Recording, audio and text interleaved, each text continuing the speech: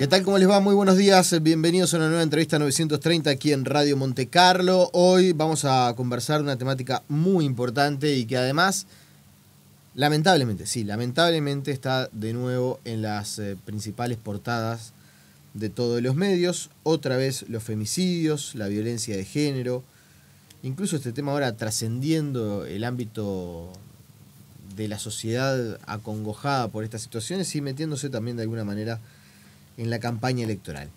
En nuestra entrevista 930 de hoy estamos recibiendo a Marina Morelli, es doctora en Derecho y Ciencias Sociales, activista por los derechos humanos de las mujeres, integrante de la cooperativa Mujer Ahora. ¿Cómo le va? Gracias por venir. Bueno, buen día. Gracias a ustedes por interesarse por estos temas y gracias por la invitación también.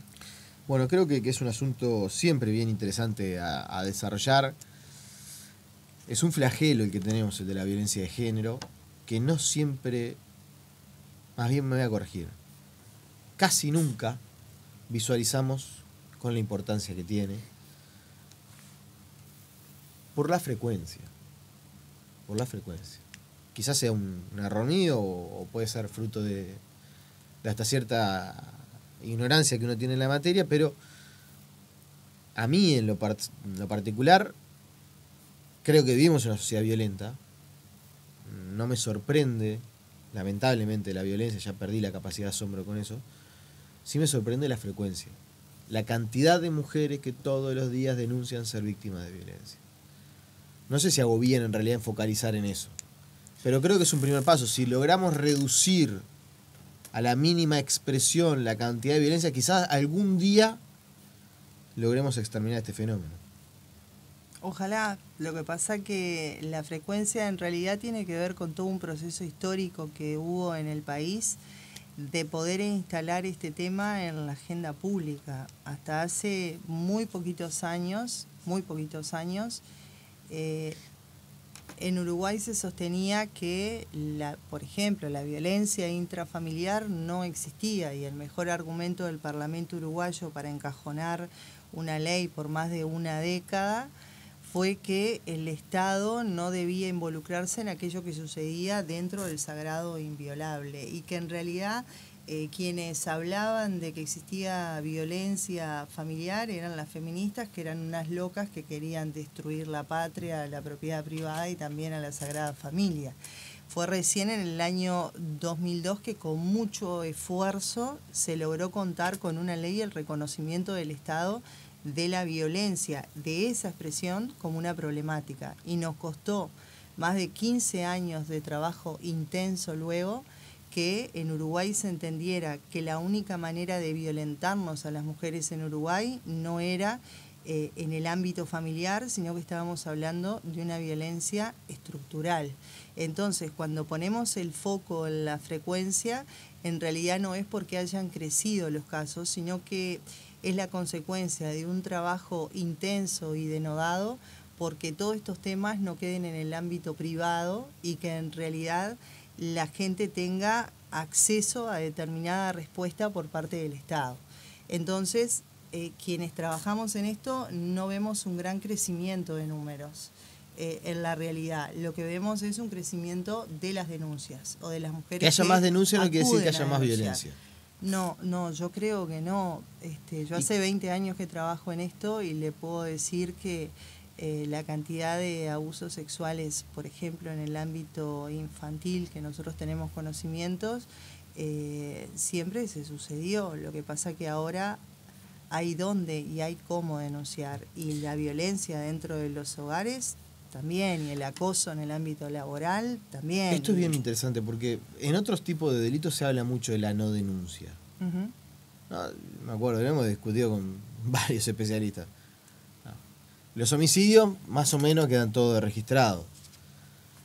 Si hay una rapiña, mayormente también porque hay uso de violencia, puede haber un poco menos de denuncias, pero en el caso de los hurtos, por ejemplo, que no lleva violencia, la verdad, la mayoría ya prácticamente que ni denuncia. ¿Hay una estimación de cuánto hay de no denuncia en violencia de género? Nosotros no la hemos podido hacer. Hay algunas que son generales y refieren a alguna violencia específica y, por ejemplo, en materia de violencia sexual siempre se habló que las denuncias en realidad son la punta del iceberg, ¿verdad? Igual nosotros creemos que ahí en eso hemos podido avanzar y en mucho, pero esto no significa que todo lo que se denuncia sea solo lo que existe. De hecho, en atención a víctimas, uno no recomienda automáticamente acudir ante el sistema. O sea, uno busca bypassear al sistema todo lo que puede porque sabe las grandes falencias y las enormes fallas que tiene el sistema y acude al sistema en todo caso cuando hay una evaluación del riesgo que es muy elevado, pero uno siempre busca ante la violencia ver si existen recursos para una salida, si es posible la víctima si cuenta con contención, etcétera. O sea que tampoco esos números hoy nos dan cuenta de la realidad. Tal cual. Estoy anotándome acá algunos temas que no quiero dejar de hablar porque me parece que es bien interesante. Y hay un asunto que yo decía se metió de alguna manera en la campaña electoral. Y quiero ir de lleno con eso, antes que hablar de otras cosas que quizás sean más importantes.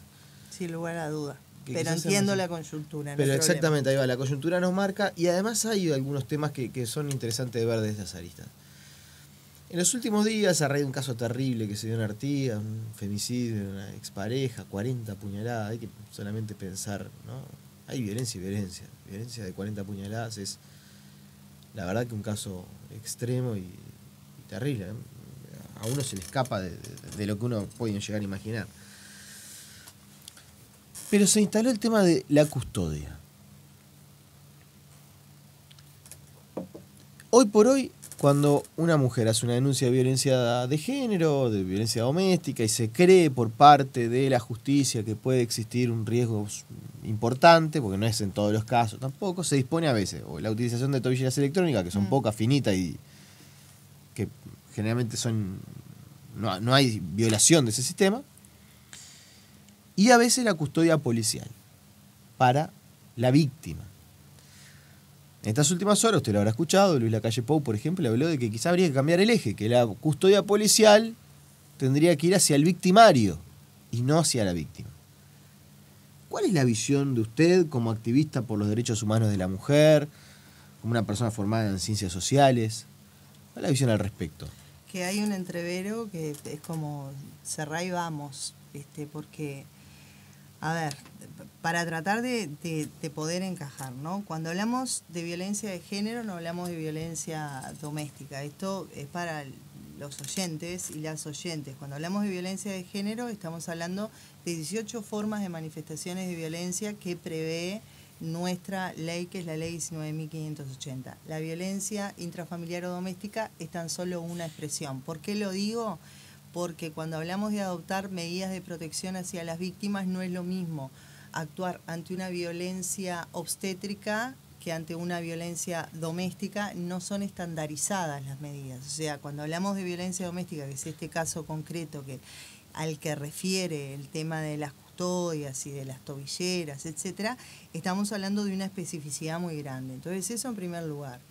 En segundo lugar, que ni la custodia ni la tobillera constituyen una medida de protección. Eso es un error que fue como muy discutido en el ámbito interinstitucional que se formó en el año 2011 a pedido del Ministerio del Interior, que convocó a la Suprema Corte de Justicia, a la Red Uruguaya contra la Violencia Doméstica y Sexual, a la Fiscalía, y nos colocó en una mesa largo y tendida durante meses a ver la posibilidad de que el país contara con tobilleras. Y esa discusión quedó superada. ¿Y por qué dice que no es una medida de protección? Porque la medida de protección es la prohibición de acercamiento de una persona a la otra. La tobillera es el mecanismo electrónico mediante el cual yo garantizo que esa medida se cumpla. Pero no es una medida cautelar en sí misma. La medida cautelar siempre es la prohibición de acercamiento. Y el sistema de justicia tiene varias formas, siempre tiene que ocuparse de que la medida se cumpla, ¿verdad? Y tiene varias formas, solicitudes de informe, a veces a la policía comunitaria se le pide que visite a la víctima y que informe a la sede en qué condiciones se está cumpliendo, o hay citatorios a a la persona que tiene que cumplir, etcétera.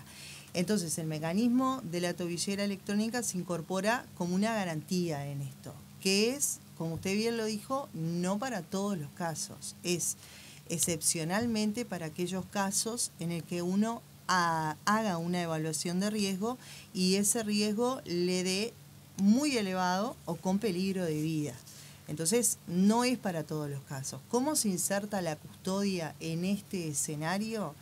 Yo creo que se inserta por la falta de la cantidad de tobilleras que el sistema está pidiendo su colocación, el sistema de justicia, y que el Ministerio del Interior no cuenta con esa cantidad. Y ahí tenemos como varios problemas, ¿no?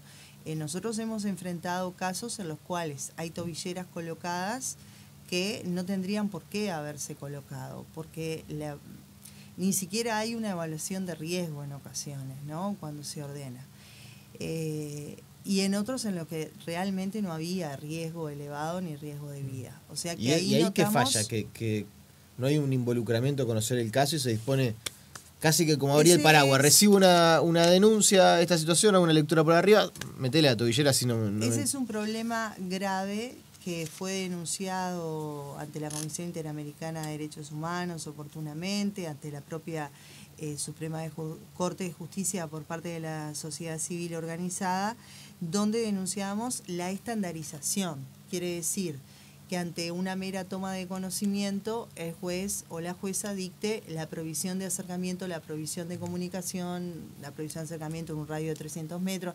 Esta cuestión estandarizada, cuando en realidad las medidas de protección nunca deben ser estandarizadas, sino que deben ser pensadas estratégicamente para el derecho humano que está siendo vulnerado y que yo pretendo que no siga vulnerándose. O sea, hay una diferencia radical entre lo que es una medida estandarizada y una medida pensada para el caso concreto. Para bajarlo un poco a tierra, hay algo que es verdad. A veces se dice, no se puede acercar a 800 metros de la víctima. Y está bárbaro. En Montevideo, no acercarse a 800 metros de la víctima es una cosa. No acercarse a 800 metros de la víctima en las Toscas de Caraguatá, que quizás tenga una calle sola principal y que dura, no sé, que tiene de extensión 1 kilómetro, es más difícil. Entonces la estandarización, lo que dice usted, aplicar una medida general para casos distintos no sirve. De cada caso de violencia, específicamente de violencia intrafamiliar, es único.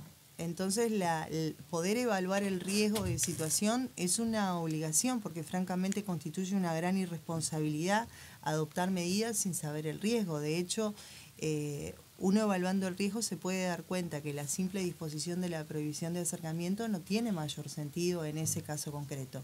Sin embargo, en otro puede tener mucha eficacia solo el dictado de un juez de un decreto de la prohibición de acercamiento. Ahora, está bien hecha la salvedad. Ya creo que quedaron expuestos los casos y la idea central es el mensaje. No discutamos sobre si ponerle la policía al victimario o a la víctima. Discutamos cómo hacemos para extender el régimen de tobillera electrónica, que no se dediquen más policías a esa tarea que eventualmente no sería necesaria si hubiera un sistema que funcionara como debe funcionar, con los recursos que tiene que funcionar. Sí, yo creo que es un poco más complejo, porque en realidad el tema de la custodia, así como se plantea, viene de manera, yo creo que muy liviana, lo confunde con una medida en sí misma. Se habla de vigilar al agresor, de no vigilar a la víctima o que no debe estar presa la víctima. Son todas cuestiones que se están diciendo que lo que estamos hablando es de riesgo de vida cuando hay una custodia. Está bien, pero al momento de tener que instalar una custodia, ¿por qué hay un riesgo de vida? Y no tiene tobillera. Y no tiene tobillera. Debería haberlas suficientes. Y los jueces no deberían utilizar en casos que no las deben utilizar. Ahí hay un tema que no siempre se habla y que usted lo está planteando muy bien arriba de la mesa, de esto de veamos si las tobilleras se están usando siempre en los casos que amerita. Pero más allá de eso. Déjeme hacerle un paréntesis.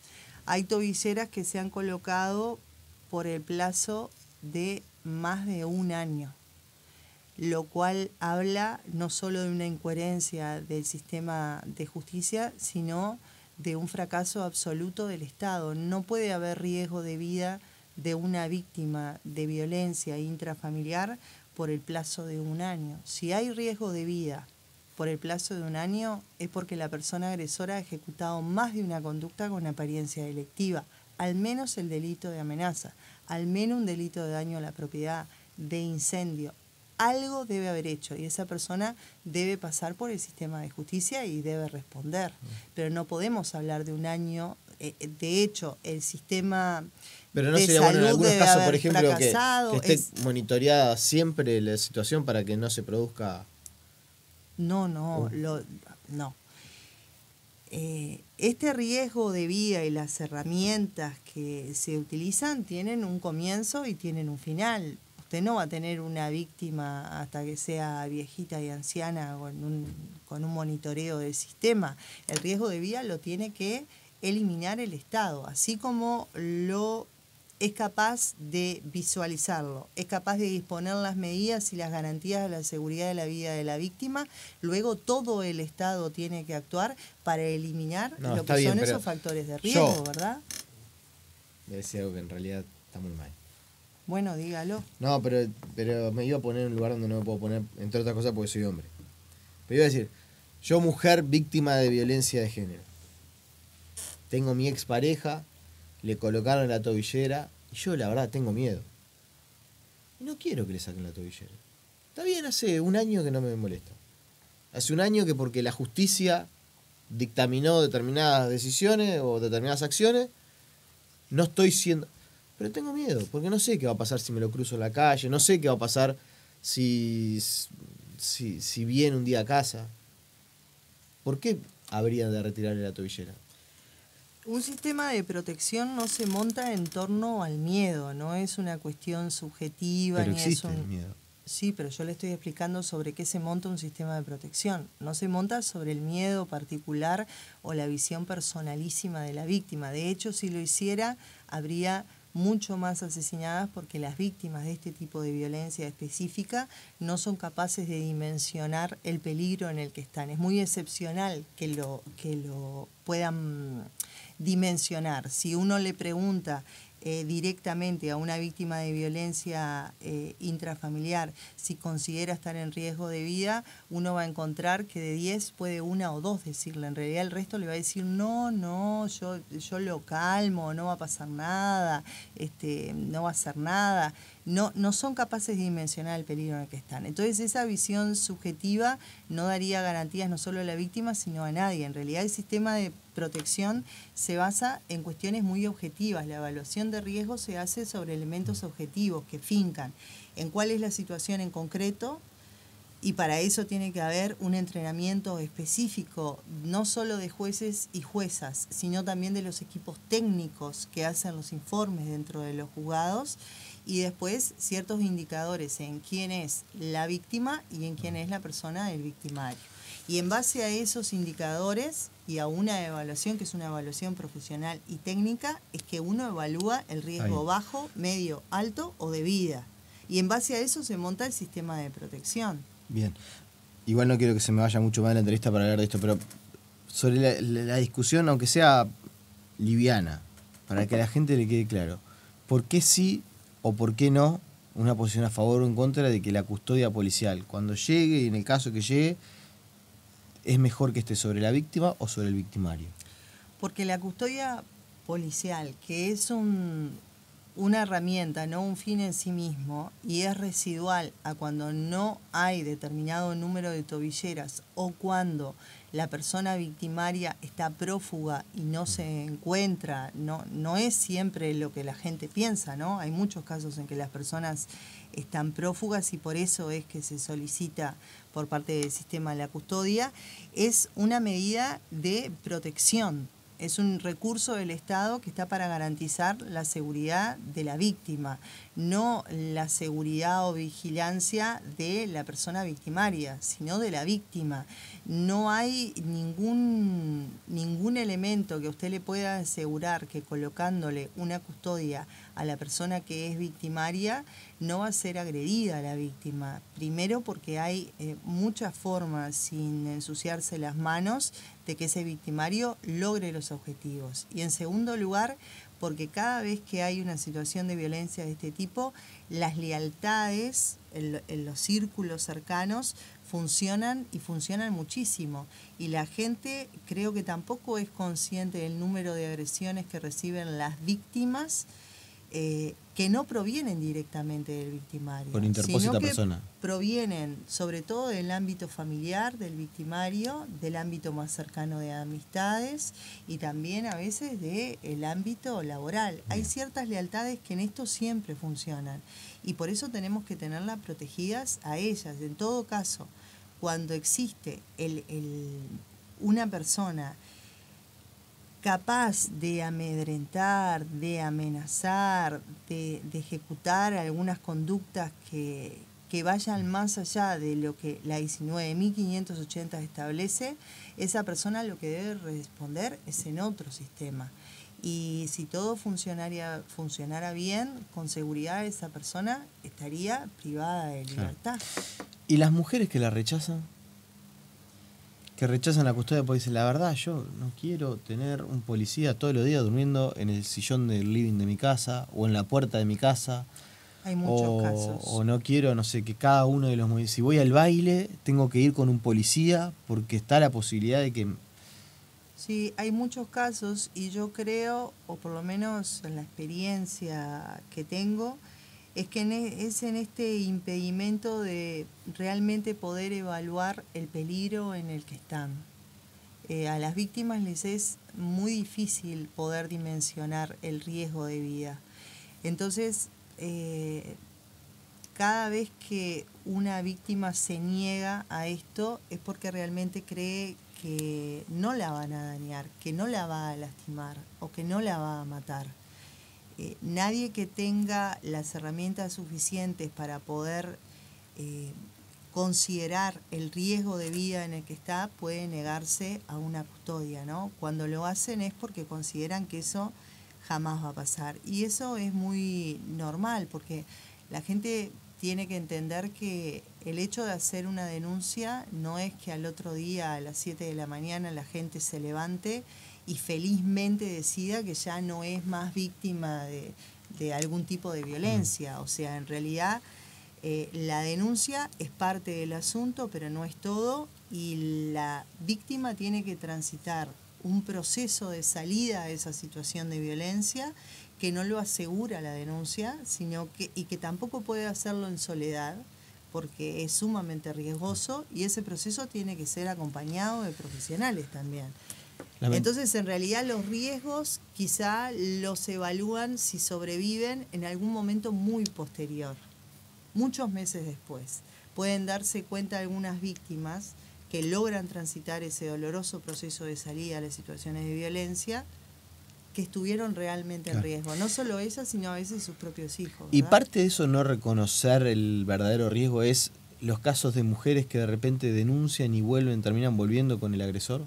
No, o a mantener una relación sentimental. No, el no reconocimiento del riesgo tiene que ver con las consecuencias grabadas a fuego que deja en la mujería de bien el ejercicio de la violencia.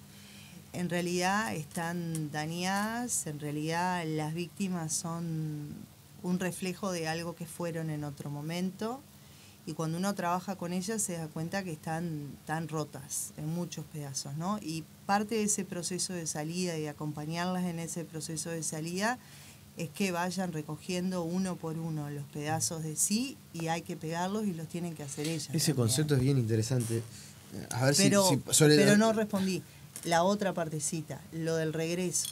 Lo del regreso, para quienes trabajan específicamente en violencia intrafamiliar, es una cuestión que hemos aprendido porque es como muy básica, es desde el comienzo y tiene que ver en cómo funciona la violencia, ¿verdad? La violencia no es el estallido de violencia en una relación de violencia intrafamiliar todo el tiempo, sino que luego del estallido viene un pedido de disculpas, que la víctima cree en ese verdadero cambio.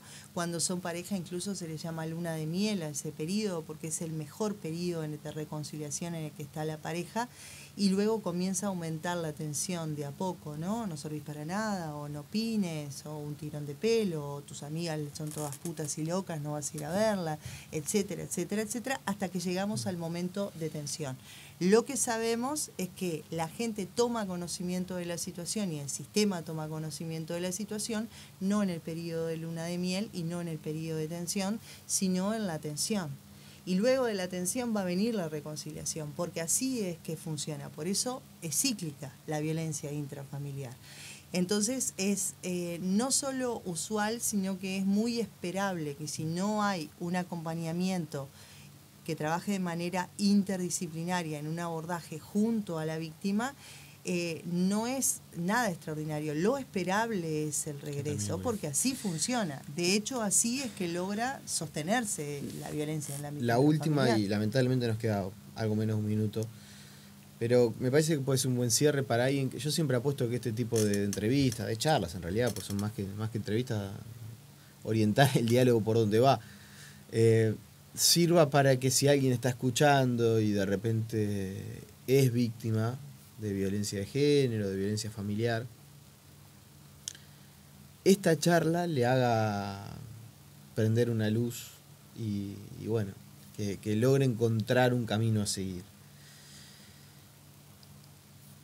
¿Qué recomienda usted para esas mujeres que de repente o empiezan a ser víctimas de violencia y no saben si son o no son, o empiezan a ser víctimas de esto de no opines, vos no sabes nada, de cierto ninguneo de parte de sus parejas o su expareja, o cierto acoso, a veces ni siquiera lo interpretamos, pero mensajes de WhatsApp o aparecerse en lugares donde no se tiene que aparecer, o invasión de la privacidad, son todas señales de violencia que empiezan a mostrar un camino que después pueden conducir a algo peor. ¿Cuál es la recomendación que se le hace a esas mujeres? Bueno, qué baile me metió. En términos generales, que el mito del amor romántico burgués que nos han vendido con el príncipe y el cuento de la media naranja y si te cela te ama y todo eso, que es un cuento bastante nefasto que nos ha destrozado la vida y que lo peor sigue reciclándose y bajo discursos más bonitos destrozándole la vida a las niñas que van llegando a este mundo. Así que yo lo que les diría es que no hay que aguantar un solo acto de violencia, que hay que pedir ayuda, hay donde pedir ayuda, el 0800 4141 y el asterisco 4141 desde los celulares es una llamada gratuita con toda la reserva, nunca va a quedar el registro de que usted llamó desde su celular ni que llamó desde un teléfono y ahí puede recibir una primera ayuda. Yo creo que lamentablemente no todas las mujeres están en condiciones de poder percibir el acto de violencia a su inicio y si así lo fuera, salvaríamos muchos más. Pero aún estando en las peores situaciones, sí decir que es un proceso íntimo, doloroso, pero es un proceso que se puede transitar con ayuda y que se puede salir adelante y que vale la pena vivir en paz. Marina Morel, le agradecemos por su presencia y bueno, volvemos a conversar sobre estas temáticas porque es lo que yo decía, ¿no? Ojalá desde este espacio se pueda hacer algo para ayudar a alguien y para hacer pensar, reflexionar y encontrar una luz en el camino. Bien, muchas gracias por su presencia. Con ustedes nos reencontramos mañana en una entrevista 930. Que pasen bien, chucho.